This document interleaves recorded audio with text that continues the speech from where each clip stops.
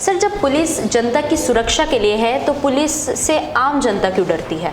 जहाँ तक डर की बात है तो भय है जो क्रिमिनल आदमी है उसके अंदर होना चाहिए। हमारी पुलिस ये भय की भावना जगा के कहीं ना कहीं जो बुराई है, जो क्रिमिनल है, जो क्राइम है उसको दूर भी कर रही है। जनता के लिए नियम है, कानून है, चालान भरना भी अनिवार्य है, लेकिन वही अगर बात की जाए सरकारी विभागों की तो उनकी गलतियों पर चालान कौन काटेगा, कौन भरेगा? हम कोशिश करते हैं कि जितने हमारे ऑफिशियल्स हैं वो ट्रैफिक वायलेशन ना करें, और कहीं होते हैं तो चालान तो उनके व्हीकलों के भी किए जाते हैं।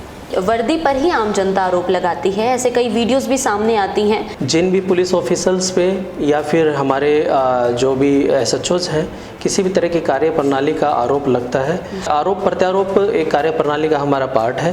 कोई पनिशमेंट नहीं है, सुधार की गुंजाइश रहती है तो सुधार हम करते हैं उसमें। क्या रोहतक पुलिस के पास उचित फोर्स उपलब्ध है? कहीं ना कहीं कुछ ना कुछ कमी हर शासन प्रशासन में रहती है। अगर रेशो निकाला जाए तो रेशो की उससे तो हम कहीं ना कहीं कमी में है। सर, हथियारों की बात करें तो अपराधियों के पास हाईटेक हथियार उपलब्ध हैं, लेकिन वही पुलिस के पास पुराने जंग लगे हथियार हैं। हथियार चाहे कितने भी मॉडर्न या हाईटेक क्रिमिनल के पास हो, लेकिन उसको चलाने के लिए जो स्किल हरियाणा पुलिस के पास है वो शायद उनके पास नहीं है। अच्छा सर, ऐसी कई ऑडियोज वीडियो सामने आती हैं जिसमें ट्रैफिक पुलिस अपने मुलाजिमों को कहती है कि एक टारगेट सेट किया गया है चालान काटने को लेकर, इसमें कितनी सच्चाई है? जो अपराध है, जो अपराधी है, हमेशा हम वो कोशिश करते हैं टू व्हीलर या फोर व्हीलर पे अपराध करने की जी।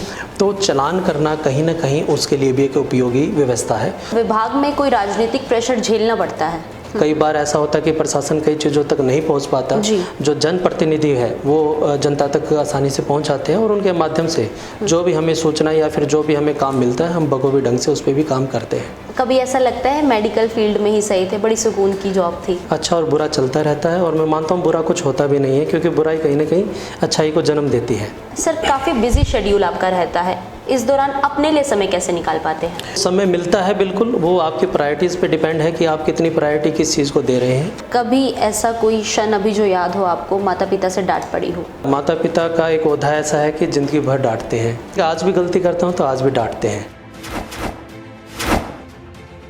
रात के 2 बजे हैं, मान लीजिए आप किसी मुसीबत में फंस जाते हैं। ऐसे में जिसे आप सबसे पहले कॉल करेंगे मदद के लिए वो होगी पुलिस। वर्दी देखकर अक्सर लोग डर जाते हैं, लेकिन वर्दीधारी असल में आम जनता की सुरक्षा के लिए ही बनाए गए हैं। नमस्कार, मैं रिंकी बत्रा। आज हमारे साथ पुलिस की कार्यप्रणाली और आम जनता से सामंजस्य बनाने को लेकर चर्चा करने के लिए जुड़े हैं रोहतक पुलिस के DSP headquarters doctor Ravindra Singh. Sir, आपका स्वागत है। सर, जब पुलिस जनता की सुरक्षा के लिए है तो पुलिस से आम जनता क्यों डरती है? देखिएगा, जैसे आपने बताया कि चाहे रात हो चाहे दिन हो, पुलिस 24 आवर काम करती है जी। उसी के मद्देनज़र रखते हुए जैसे रात की बात है तो हमारी, जैसे आपको पता है कि टोटल हरियाणा में जो ERV की सर्विसेज है वो प्रोवाइड करवाई गई है। वो सिर्फ एक सर्विस नहीं है, एक लोगों में विश्वास की भावना जगाने के लिए एक पहल है, जिसमें कि हरियाणा पुलिस बड़ी अच्छी तरह से लोगों के विश्वास पे खरा उतर रही है। 112 की बात करें, अगर रोहतक की बात करूं तो टोटल हमारे पास लगभग 31 के करीब ERVs हैं। हर पुलिस स्टेशन में 2-2 तैनात की गई हैं। और अगर मैं एवरेज टाइम की बात करूं, जब उनको सूचना मिलती है और मौके पे पहुंचती है तो 10 से 12 मिनट में हमारी हर ERV, चाहे छोटा इंसिडेंट हो चाहे बड़ा इंसिडेंट हो, मौके पे पहुंचती है। और लोगों का विश्वास एक 112 पे और उसके थ्रू जो पुलिस पे है एक पुख्ता हुआ है। और जहां तक दिन की भी बात करूं तो जितने भी हमारे ATMs हैं, बैंक्स हैं, जितनी भी घटनाएँ हुई हैं उसको देखते हुए रोहतक पुलिस ने एक इनिशिएटिव लिया है कि जितने ATMs हैं, जितने बैंक्स हैं, वहाँ पे ERV के थ्रू ही कैश ट्रांजैक्शन जो वहाँ पे ATMs जो ATM की जो आपकी पैसे बैंक के थ्रू जमा करवाए जाते हैं, हमारे ERV ही जाती है उनके साथ। तो जहाँ तक विश्वास की बात करूँ तो लोगों का विश्वास पुलिस पे, हमारी कार्यप्रणाली पे बड़ा ही सुदृढ़ हुआ है और आगे भी हरियाणा पुलिस ऐसे काम करती रहेगी। लेकिन फिर भी डरती है? नहीं, देखिए, जहाँ तक डर की बात है तो भय है जो क्रिमिनल आदमी है उसके अंदर होना चाहिए, और जो आम जन है उसके प्रति जो हरियाणा की छवि है वो विश्वास की होनी चाहिए। हमारी पुलिस ये भय की भावना जगा के कहीं ना कहीं जो बुराई है, जो क्रिमिनल है, जो क्राइम है उसको दूर भी कर रही है। सर, आम जनता के साथ सामंजस्य स्थापित करने के लिए रोहतक पुलिस कितने प्रयास कर रही है? देखिएगा, आम जन से सामंजस्य के लिए हमने टाइम पे, जैसे मैंने आपको बताया, सभी हमारे चौकी इंचार्जेस हैं, SHOs हैं जी, और हमारे जियो रैंक के अधिकारीज हैं, अवेयरनेस प्रोग्राम और जैसे एक पीस कमेटी भी हमने बनाई है, जिसमें कि बेसिकली जो पुलिस इमदादी लोग हैं और जो एलिट पर्सन हैं सोसाइटी के, जो हमारी मदद करना चाहते हैं, चाहे क्राइम के बारे में हो, भी क्राइम के बारे में इंफॉर्मेशन देनी होती है, चाहे किसी क्रिमिनल के बारे में इंफॉर्मेशन देनी होती है, तो पुलिस के साथ सामंजस्य बनाते हुए सभी समाज के लोग बड़े अच्छे ढंग से हमारे से जुड़े हुए हैं। और पुलिस के कहीं ना कहीं जो मुलाजिम हैं, हमारे पुलिस ऑफिसर्स हैं, जो SHOs हैं, चौकी इंचार्ज हैं, वो भी अपने अपने एरिया पे time to time awareness programme और जो संबंध है उनको सुदृढ़ करने के लिए प्रोग्राम करती रहती है।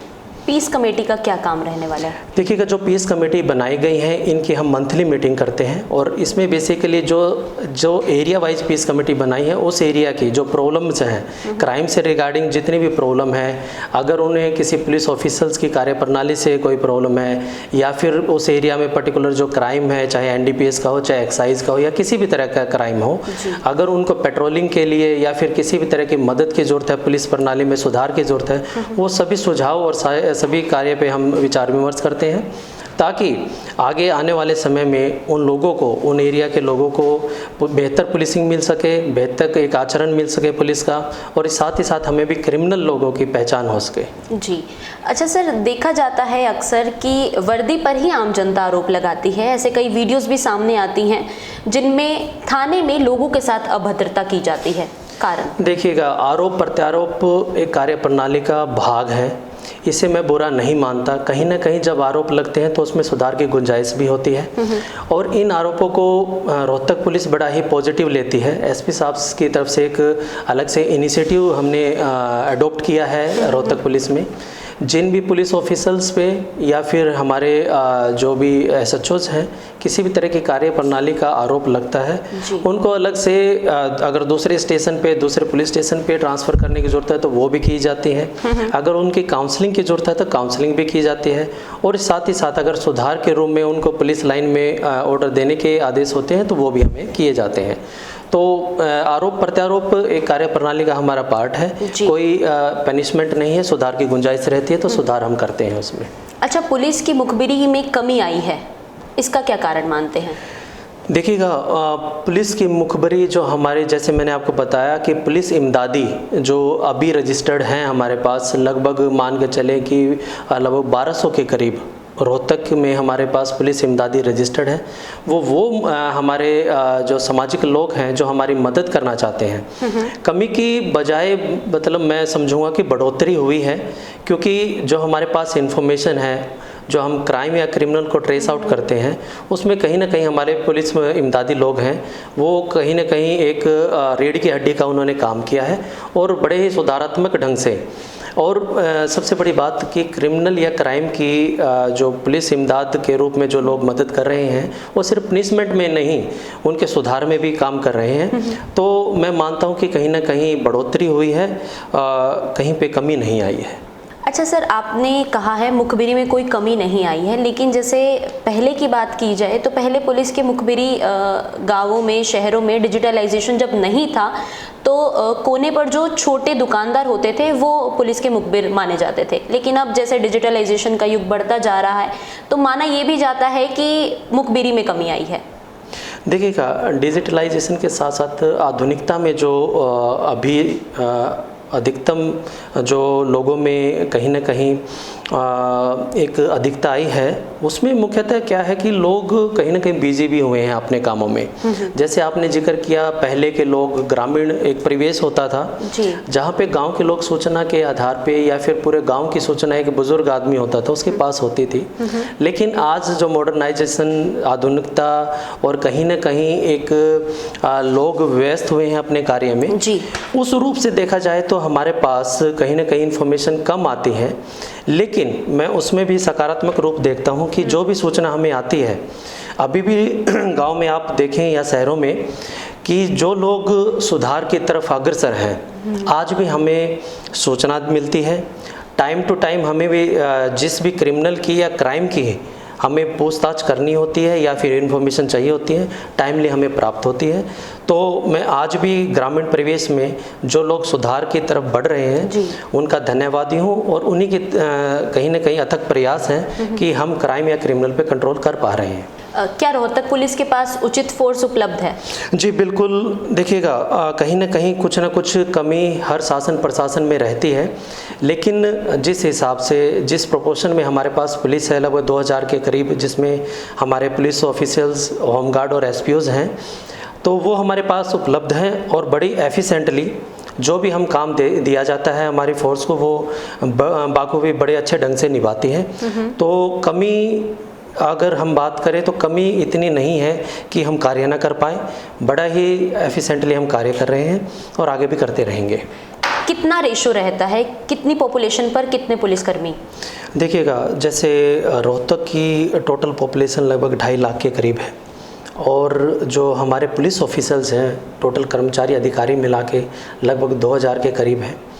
अगर रेशो निकाला जाए तो रेशो की उससे तो हम कहीं ना कहीं कमी में हैं, लेकिन अगर कार्य प्रणाली पे अगर नज़र डालें कि 2000 मुलाजिम एक पूरे शहर को बड़े बाखूबी अच्छे ढंग से निभा रहे हैं अपनी कार्य प्रणाली को, और बड़े ही अच्छे ढंग से कंट्रोल कर रहे हैं। और अगर मैं क्राइम के डाटा की भी बात करूं कि अगर हम हत्या के जो मर्डर के केसेस की बात करें, पूरे रोहतक में लगभग 2022 का डाटा है 46 का, उसमें से 41 ट्रेस आउट हैं, 6 अननोन बॉडीज़ जो हमें मिली हैं जिसका शिनाख्त नहीं हो पा रही हैं, उस तरह के केसेस हैं। और उसी तरह अगर मैं स्नैचिंग की, बर्गलरी की भी बात करूं, उसमें भी पुलिस का बड़ा ट्रेस आउट जो है बहुत ही अच्छा है। तो जहां तक कार्य प्रणाली की बात है, रोहतक पुलिस बड़ी एफिशिएंटली काम कर रही है। सर, आपने क्राइम रेट की बात की है, आंकड़े बताते हैं कि दर्जन भर मर्डर हर महीने रोहतक में हो रहे हैं जी, तो क्या ये गढ़ बन चुका है जुर्म का? जी, जैसे मैंने आपको बताया कि आंकड़ों के अकॉर्डिंग टोटल 46 के करीब हत्या हुई हैं टिल डेट। हाँ, टिल डेट। तो उसमें से 41 ट्रेस आउट हैं, 6 वैसे केसेस हैं जो कि अननोन डेड बॉडीज़ हमें प्राप्त हुई हैं जिनकी शिनाख्त नहीं हुई है। तो ये बहुत ही अच्छा रेशो मानता हूँ मैं कि कहीं ना कहीं रोहतक पुलिस क्राइम को कंट्रोल करने में सफल साबित हुई है। सर, हथियारों की बात करें तो अपराधियों के पास हाईटेक हथियार उपलब्ध हैं, लेकिन वही पुलिस के पास पुराने जंग लगे हथियार हैं। ऐसे में अपराधियों का सामना कैसे कर पाएंगे? देखिएगा, टाइम टू टाइम हमारे जो हेडक्वार्टर्स हैं, जिसमें कि एक मॉडर्नाइजेशन एक हमारा डिपार्टमेंट है, जैसे जैसे समय बदला है, समय के बदलने के साथ साथ हमारे हेडक्वार्टर की, हमारी सरकार की कोशिश रहती है कि हमें अपडेट किया जाए जी। जहाँ तक पुलिस के हथियारों की बात है, हथियार चलाने के लिए जहाँ तक मैं समझता हूँ हथियारों की नहीं, स्किल की भी ज़रूरत है। और जहाँ तक स्किल की बात करूँ, हरियाणा पुलिस पूर्णतः स्किलफुल है। एनुअल जो वार्षिक तौर पे हमारे फायरिंग के जो ट्रेनिंग है, सेशन होते हैं, वो किए जाते हैं। और साथ ही साथ जो भी हथियार हाईटेक हथियार हैं उनको चलाने की ट्रेनिंग भी दी जाती है। और साथ ही साथ जो हमारे कांस्टेबलरी है, जो हमारा ट्रेनिंग सेशन रहता है 1 साल का, उसमें जितने भी मॉडर्न हथियार हैं उसके बारे में बताया जाता है और उनको चलाने की स्किल सिखाई जाती है। तो मैं इस रूप में मानता हूं कि हथियार चाहे कितने भी मॉडर्न या हाईटेक क्रिमिनल के पास हो, लेकिन उसको चलाने के लिए जो स्किल है, जो स्किल हरियाणा पुलिस के पास है, वो शायद उनके पास नहीं है। और इसी की वजह से कहीं ना कहीं हम क्राइम को कंट्रोल करने में सफल हुए हैं। लेकिन सर, अवैध असले का कारोबार काफ़ी ज़्यादा बड़ा है रोहतक में, क्या मानते हैं उसे स्टेटस सिंबल के तौर पे लोगों में देखा जाता है? देखिएगा, अगर हम ओवरव्यू देखें तो जैसे मैंने आपको बताया कि टोटल जो 46 हमारे मर्डर के केसेस हुए हैं, उसमें केवल 3 ऐसे मर्डर हैं जो कि इलीगल आर्म्स से किए गए थे। और टोटल इलीगल आर्म्स एक्ट की बात करें तो पूरे रोहतक में अब तक 123 के करीब केस रजिस्टर हुए हैं, यानी 123 में से भी जो हमारी बरामदगी है, जैसे इलीगल वेपन है, जो पिस्टल है, वो हमने लगभग 153 के करीब पकड़ा है। उसके साथ साथ दूसरे भी जो नाइफ्स हैं या फिर इलीगल आप रिवॉल्वर की बात करें, वो भी पकड़ी हैं जी। तो हब बना है या नहीं बना, वो मैं आपको आंकड़ों के अनुसार बताऊं तो जो भी हमारे पास इन्फॉर्मेशन आती है, जो भी क्राइम होता है, हम कोशिश करते हैं कि उसकी एंड चेन है, जो एंड पॉइंट है, वहाँ तक पहुँचे और मेन जो सरगना है, जो इनको सप्लाई करता है, उसको पकड़े। और कहीं ना कहीं रोहतक पुलिस ने ये साबित भी किया है, जैसे मैंने आपको आंकड़े बताए हैं कि रोहतक पुलिस ने वो कहीं ना कहीं कमी भी लेके आए हैं और इलीगल आर्म्स को पकड़ा भी है। पुलिस का जनता से सीधा संपर्क रहता है, लेकिन कई दफ़ा पुलिस पर ही आम जनता रिश्वत लेने का आरोप लगाती है, कारण? देखिएगा, जैसे मैंने आपको पहले बताया, आरोप प्रत्यारोप एक सुधार की एक कड़ी है जी। और जैसे अपने पैसे का, जैसे आपने बताया कि आरोप लगते हैं, देखिएगा कोई भी क्राइम हो या फिर कोई भी वारदात हो तो पुलिस एक फर्स्ट एक्शन रिस्पॉन्स जो एक फेस है वो पुलिस का रहता है। और कहीं ना कहीं मैं ये मानता हूँ कि आरोप और प्रत्यारोप कहीं ना कहीं समाज की और पुलिस की एक जो क्लोजनेस है, एक सुदृढ़ जो संबंध है वो दर्शाता है। और जो ये आरोप लगते हैं, उन आरोपों में सच्चाई या जो झूठ है वो तो एक इंक्वायरी का विषय होता है, लेकिन हम हर चीज़ को, जो आरोप लगते हैं उनको बड़े ही मतलब क्लोजली उस चीज़ को सुधार की गुंजाइश से देखते हैं और कोशिश करते हैं कि उस चीज़ को हम रूल आउट करें। अगर हमें किसी भी तरह का कल्प्रिट या फिर किसी तरह का पुलिस अधिकारी पे ये आरोप सिद्ध भी होते हैं तो उनको टाइम टू टाइम जो भी उसके अनुसार जो भी सज़ा बनती है, चाहे डिपार्टमेंट इंक्वायरी हो, चाहे केस रजिस्ट्रेशन करना हो, तो वो किए जाते हैं। अच्छा सर, ट्रैफिक की कमान भी आपके हाथों में है। रोहतक की सड़कों पर निरंतर ट्रैफिक रहता है जी, तो उसमें किस तरह का सुधार जारी है? देखिएगा, अब 2-3 एजेंसीज़ हैं। पहले सिर्फ ट्रैफिक पुलिस थी जो सुधार की तरफ देख रही थी। अब हमारे पास WRI की टीम है। बेसिकली हमने लगभग 15 चौक हैं पूरे रोहतक में जिसको हमने ट्रैफिक लाइट से सुसज्जित किया है। और बेसिकली जो ट्रैफिक लाइट लगाने का हमारा जो एक उद्देश्य था वो भी यही था कि लोगों को कहीं ना कहीं यातायात में एक सुगमता हम उपलब्ध करवा सकें, एक स्मूथ जो ट्रैफिक मूवमेंट है वो प्रोवाइड करवा सकें। और कहीं ना कहीं जो दुर्घटनाएं घटती हैं, जैसे कि रॉन्ग साइड ड्राइविंग या फिर रैश ड्राइविंग, यानी कि ज़्यादा स्पीड से जो ड्राइविंग करते हैं, कहीं ना कहीं जो हमारे ये सुधार है ट्रैफिक लाइट के, वो लगाने के बाद सुधार हुआ है। उसके साथ साथ हमने लगभग 31 पॉइंट ऐसे आइडेंटिफाई किए हैं पूरे शहर में, जिसमें कि हम ऑटो के, क्योंकि लगभग 12,000 के करीब ऑटोज़ हमारे रोड पे चल रहे हैं, हम उनको स्टॉपेज पॉइंट प्रोवाइड करवाना चाहते हैं ताकि कहीं पे भी मनमाने ढंग से ऑटोज़ ना चले और वहीं पे रुके जहाँ पे उसकी आवश्यकता है। ये जो 31 पॉइंट है हमने आइडेंटिफाई किए हैं, बेसिकली जो एजुकेशनल इंस्टीट्यूट्स हैं, गवर्नमेंट इंस्टीट्यूट्स हैं और जो रोज़मर्रा के जो कार्य की जो इंस्टीट्यूट हैं वहाँ पे हमने स्थापित किए हैं। और निगम भी इसमें बड़ा ही अच्छा इनिशिएटिव ले रही हैं। जो हमने प्रपोजल भेजा था इन पॉइंट्स पे काम करने के लिए, उस पे वो विचार विमर्श करके जल्द ही उसको कार्यरत करेंगे। जी सर, पायलट प्रोजेक्ट्स की आपने बात की है, WRI के साथ मिलकर पायलट प्रोजेक्ट्स चलाए जा रहे हैं, लेकिन उससे भी आम जनता संतुष्ट नहीं नज़र आ रही। देखिएगा, जैसे मैंने आपको बताया कि हरियाणा पुलिस या Rohtak police time to time traffic को सुधार के लिए काम करती रही है। उसी की बीच की कड़ी एक WRI, जैसे मैंने आपको बताया। बेसिकली अगर मैं इसके पायलट प्रोजेक्ट के बारे में बताऊं तो जो बोटनार एक संस्था है उसकी तरफ से पूरे इंडिया में, और ये बड़े ही गौरवमयी बात है जो मैं आपको बताने जा रहा हूँ, पूरे इंडिया में रोहतक एकमात्र ऐसा डिस्ट्रिक्ट है, शहर है, जिसको WRI ने सेलेक्ट किया है रोड सेफ्टी के पायलट प्रोजेक्ट चलाने के लिए।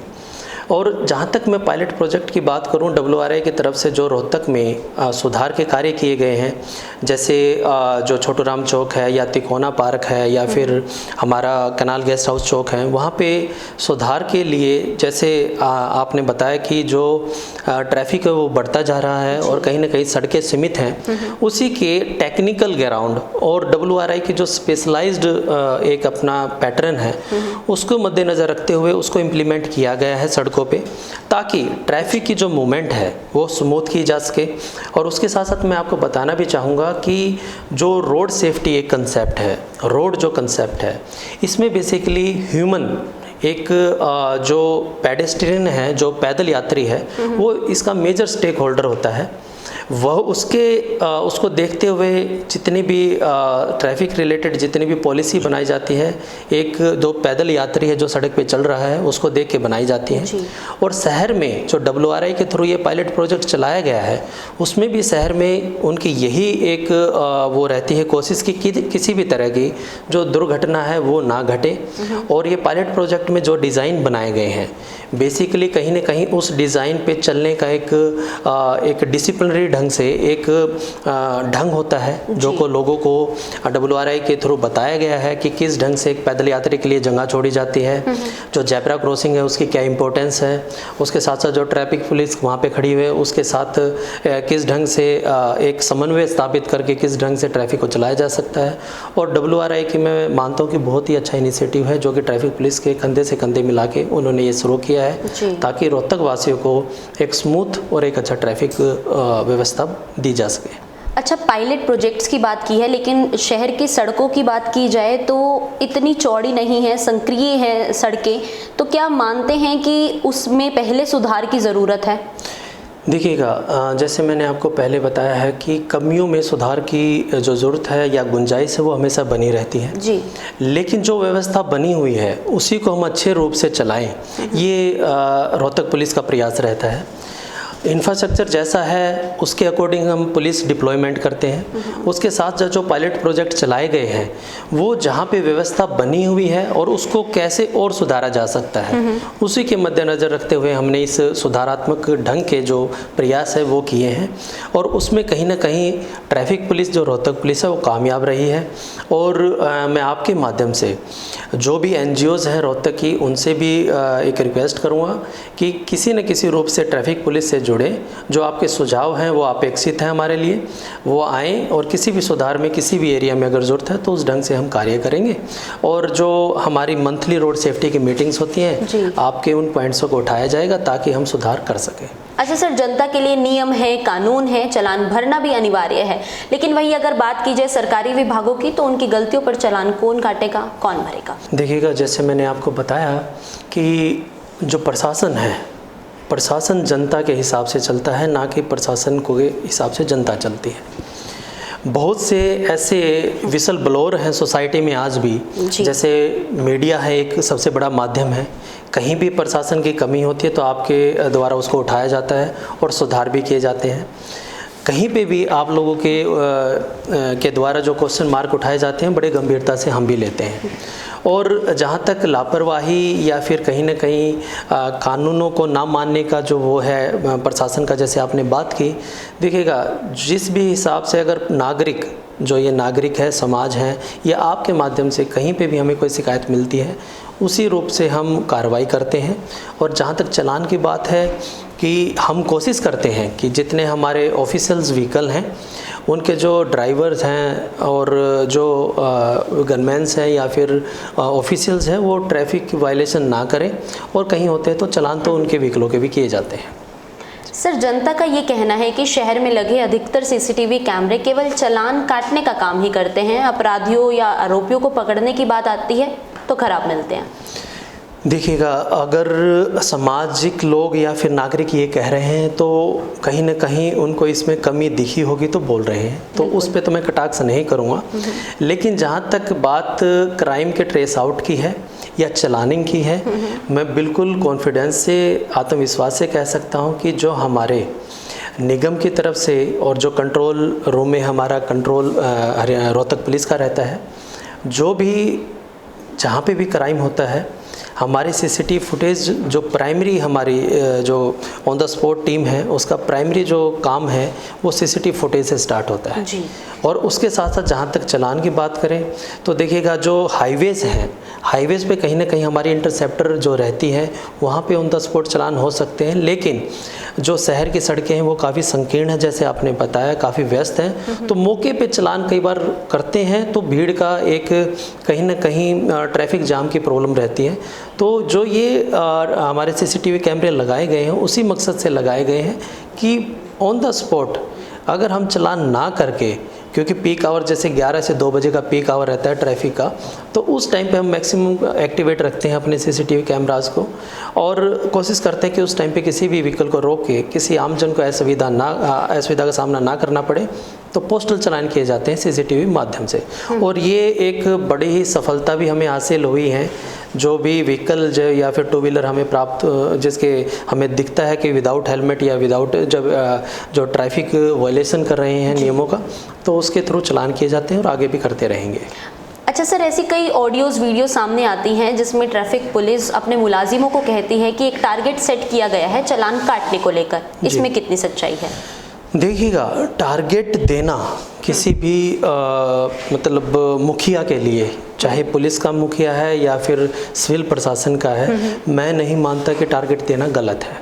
वो टारगेट सिर्फ हमारे चालान के नहीं, क्राइम के लिए भी होते हैं। जिस भी एरिया में क्राइम है वहाँ पे क्राइम प्रिवेंशन और क्राइम डिटेक्शन के लिए पुलिस मुखिया के द्वारा उनको टारगेट दिए गए हैं। और उसी की तर्ज पे अगर ट्रैफिक चालान की बात करें, ट्रैफिक चालान अगर ट्रैफिक की बात करूँ तो वन ऑफ द एक पुलिस प्रशासन का और ऐसा फेस है, और ट्रैफिक एक ऐसा व्यवस्था है जो कि आम जन को डेली रूटीन के कार्य में कहीं ना कहीं उसको फेस करना पड़ता है। और कहीं ना कहीं सबसे पहले जो सफ़रर एंड पे है पब्लिक, वो ट्रैफिक पुलिस है।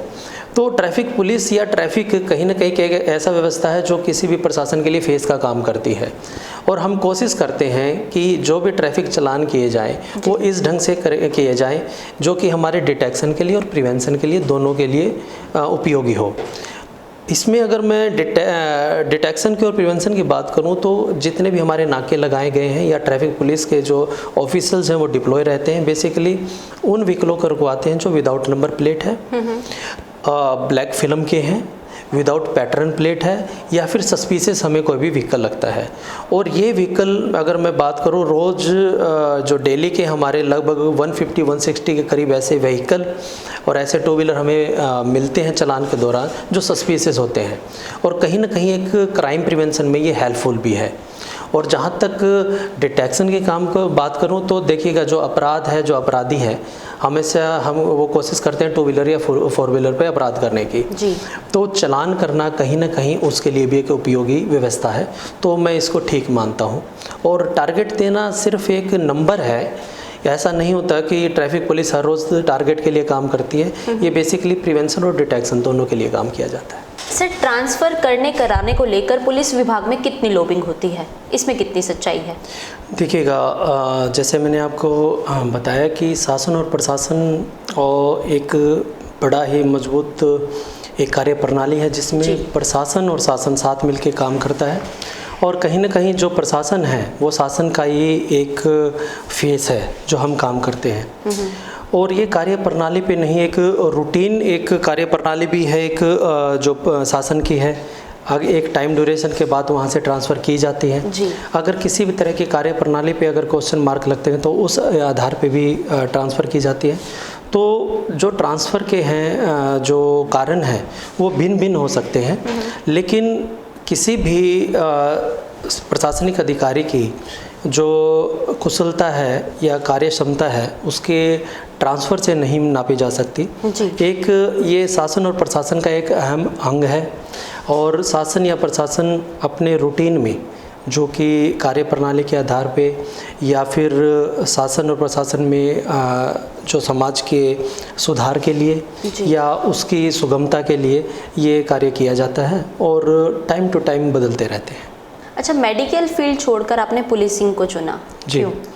देखिएगा, दोनों ही नोबल प्रोफेशन हैं, और कहीं ना कहीं अगर मैं अपनी बात बताऊं तो समाज एक ऐसा आईना होता है जो आपको बताता है कि आपके लिए क्या ठीक है और क्या गलत है। और जहां तक मेडिकल प्रोफेशन से इस प्रोफेशन में आने की बात है तो मेरे घर का माहौल कुछ ऐसा रहा है, सभी प्रशासनिक अधिकारी रहे हैं और बड़ा ही अच्छा एक मोटिवेशन रहा है। तो जब मैं इंटर्नशिप में था तो मेरे फादर साहब की इच्छा थी कि मैं प्रशासनिक अधिकारी बनूं, और कहीं ना कहीं मेरे अंदर भी एक इच्छा थी कि मैं प्रशासनिक अधिकारी बनूं। तो बड़े ही एक सेवा भाव से एक प्रोफेशन से मैं दूसरे प्रोफेशन में आया हूं, और बड़ा ही जैसे मैं डॉक्टर प्रोफेशन को लाइक करता था, एंजॉय करता था, उसी तरह मैं इस पोस्ट को भी एंजॉय कर रहा हूं। अब परिवार कितना संतुष्ट है?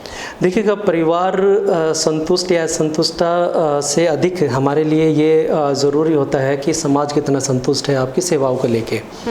और जब यूनिफॉर्म डालते हैं हम या फिर यूनिफॉर्म जॉब में आते हैं तो हमारे लिए प्राइमरी जो परिवार है हमारा समाज और मेरा पुलिस परिवार है जी।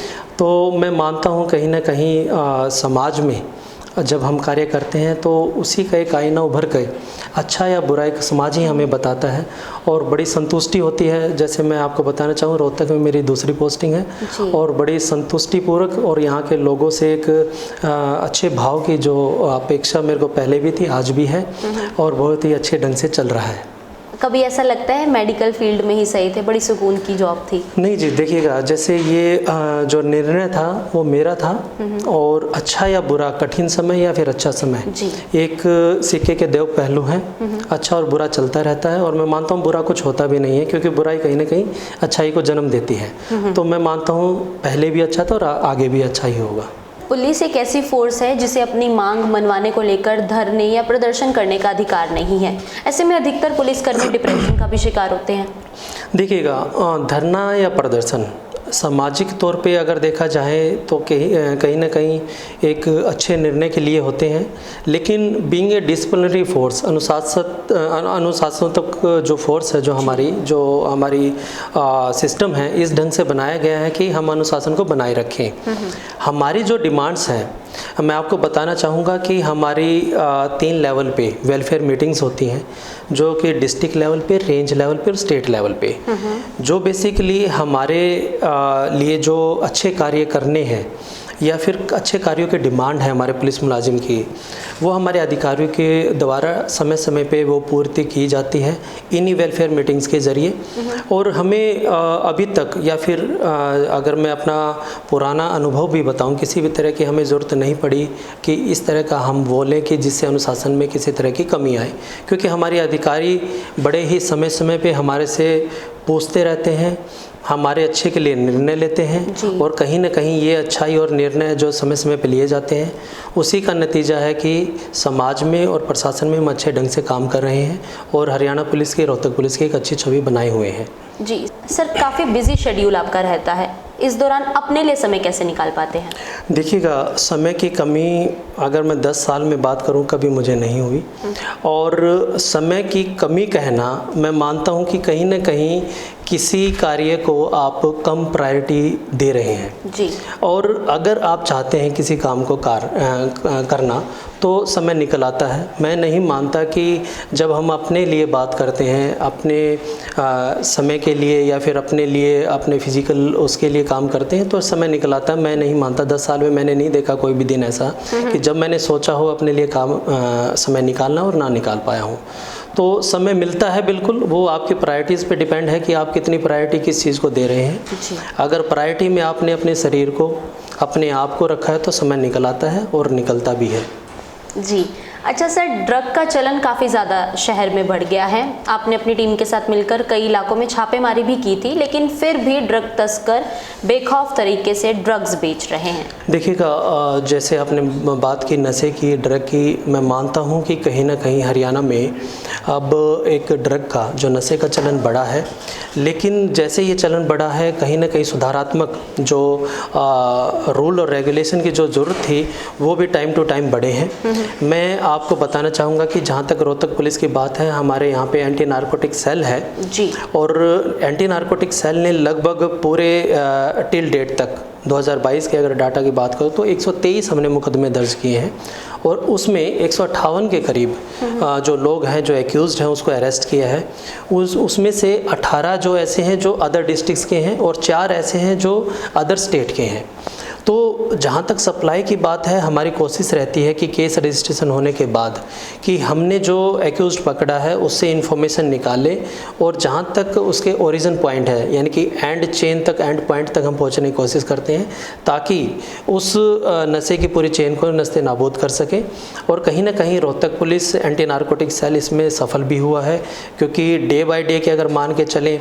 और उसके साथ साथ मैं एक चीज़ और बताना चाहूँगा कि हमारे ADGP श्रीकांत जाधव साहब के नेतृत्व में Haryana state narcotic crime bureau भी बनाया गया है, जिसकी मुख्यतः जो कार्यप्रणाली है वो इस तरह की रहती है कि हमने डिस्ट्रिक्ट में 4 लेवल पे टीम्स बनाई हैं जो कि अवेयरनेस का काम करती हैं, जिसमें कि डिस्ट्रिक्ट मिशन टीम, उसके बाद सब डिवीज़न मिशन टीम, उसके बाद विलेज लेवल पे, गांव लेवल पे विलेज मिशन टीम, और उससे भी नीचे लेवल पे जो मोहल्ला या फिर कस्बे में बनाई गई वो क्लस्टर मिशन टीम बनाई गई है।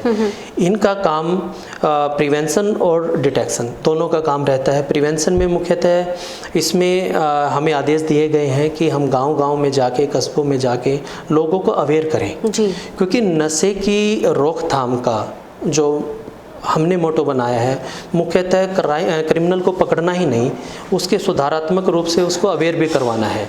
तो समय समय पे जो भी है, जैसे हमने जुलाई में लगभग 220 के करीब हमने अवेयरनेस प्रोग्राम किए। हर पुलिस स्टेशन के SHOs ने, चौकी इंचार्ज ने, ANC टीम ने मिलके एक बहुत ही अच्छा कार्य किया कि जो हमारे ईयर मार्क जो आइडेंटिफाइड ऐसे स्पॉट थे जहाँ पे NDPS ज़्यादा सप्लाई होने की इन्फॉर्मेशन हमारे पास थी या सूचना हमें मिली, वहाँ पे अवेयरनेस प्रोग्राम किए हैं ताकि लोगों को बताया जाए कि किस ढंग से इससे छुटकारा पाया जा सकता है, किस ढंग से अगर आदी है कोई आदमी तो किस तरह से हम उसको डी एडिक्शन सेंटर हैं जो बनाए गए हैं उस तक पहुंचाए जा सकते हैं।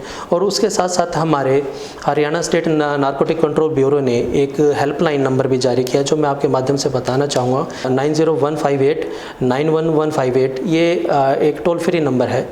इसमें आप किसी भी तरह की सूचना अगर देना चाहे या लेना चाहे वो आप ले सकते हैं। तो गुप्त रखा जाएगा नाम? अगर बिल्कुल, नाम गुप्त रखा जाएगा। जो आपकी इन्फॉर्मेशन है या फिर आपकी सूचना है उस पर काम किया जाएगा।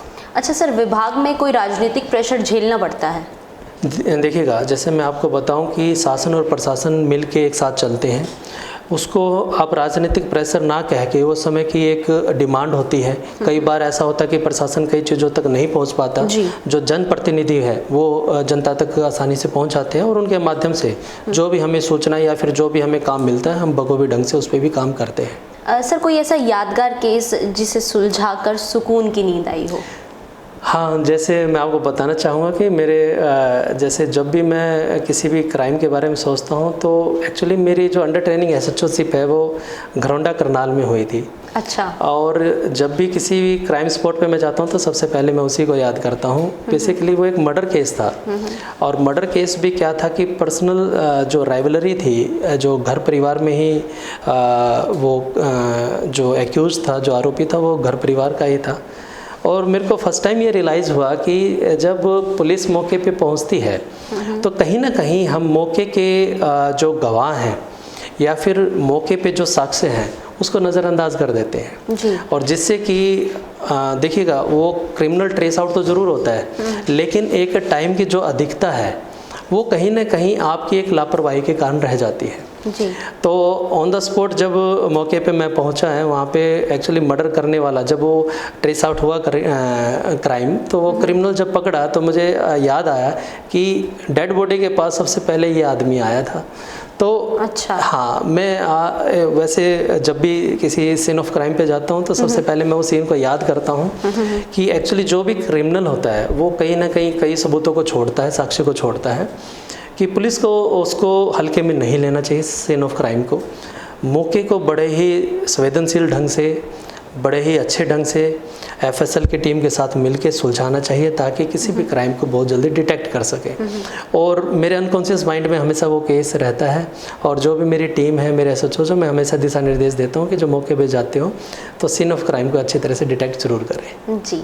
अच्छा सर, कई दफ़ा ऐसा देखा जाता है रोहतक के चौक चौराहों पर 8 बजते ही पुलिस गायब हो जाती है, क्या रात को जुर्म नहीं होते?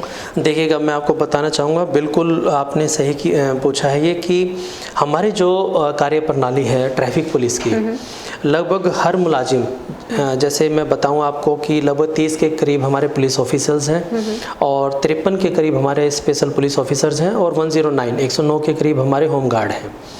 सभी मुलाजिम हमारे 12 घंटे काम करते हैं। यानी कि अगर मैं बात करूं, सुबह 8 बजे हमारी ड्यूटियाँ स्टार्ट हो जाती हैं और रात को 8 बजे तक। जो पीक आवर है हमारा, जैसे 11 से लेकर 2 बजे तक, इसमें हम हमारी जैसे शिफ्ट है, दोनों शिफ्टों को हम ज्वाइन करते हैं ताकि जो पीक आवर है, ट्रैफिक पीक पे होता है, लोगों को सुगमतापूर्वक एक ट्रैफिक रास्ता उपलब्ध कराया जा सके। और 8 बजते बजते जैसे आपने बताया, ये टाइम हमने डिसाइड किया है, मतलब ये हार्ड एंड फास्ट नहीं है। जैसे त्योहारों के सीज़न में यही शिफ्ट 11 बजे तक हो जाती है। डे रूटीन में जैसे ट्रैफिक कम है, हमने एक आंकलन, एक सर्वे किया है रोहतक में कि 8 बजे के पास यहाँ पे ट्रैफिक कम हो जाता है, तो उसी हिसाब से उसकी स्वास्थ्य को देखते हुए ट्रैफिक मुलाजिमों के 8 बजे हम फारिग कर देते हैं। लेकिन फिर भी हमारे जो होम गार्ड है वो 9 बजे तक रहते हैं, क्योंकि उनकी शिफ्ट है। टोटल हम 10 घंटे के काम लेते हैं उनसे, 8 घंटे का बल्कि काम लेते हैं। और जब फेस्टिवल सीज़न है या फिर वीआईपी ड्यूटी है तो उसी हिसाब से हम उनको टाइमिंग का जैसे ज़रूरत पड़ती है हम ऊपर नीचे कर लेते हैं। आमतौर पर ये देखा जाता है कि अधिकतर आपराधिक मामले रात को ही होते हैं, तो इस दौरान जिले की कमान कौन संभालता है? देखिएगा, आपराधिक घटनाओं का वैसे तो कोई समय नहीं है जी, लेकिन अगर हम क्राइम की बात करें, बिल्कुल आपने सही कहा कि रात को भी क्राइम होते हैं। उसके साथ साथ जो हमारी व्यवस्था है वो बड़ी सुदृढ़ है। कारण है कि नाइट में हर रोज़ एक जीओ रैंक का अधिकारी यानी डीएसपी रैंक का अधिकारी और एक एसएचओ या एडिशनल एसएचओ, ये पुलिस अधीक्षक महोदय की तरफ से बड़े साफ़ सुथरे दिशा निर्देश दिए गए हैं कि वो अपने एरिया में रहेंगे। जो हमने नियम प्रणाली एक बनाई है उसमें सभी पुलिस स्टेशन एरिया में या तो एसएचओ या एडिशनल एसएचओ मौके पे रहेगा। उसके साथ साथ एक जीओ रैंक का अधिकारी डीएसपीज या एएसपी, रात की चेकिंग होती है 11 से लेकर 4 बजे तक, वो भी फील्ड में रहते हैं। और उसके साथ साथ जो सबसे अच्छी जो एक प्रणाली हमने स्टार्ट की है वो 112 जो ईआरवी है हमारी, इमरजेंसी रिस्पॉन्स व्हीकल, वो 24 आवर चलती है। उसमें 2 शिफ्टें होती हैं।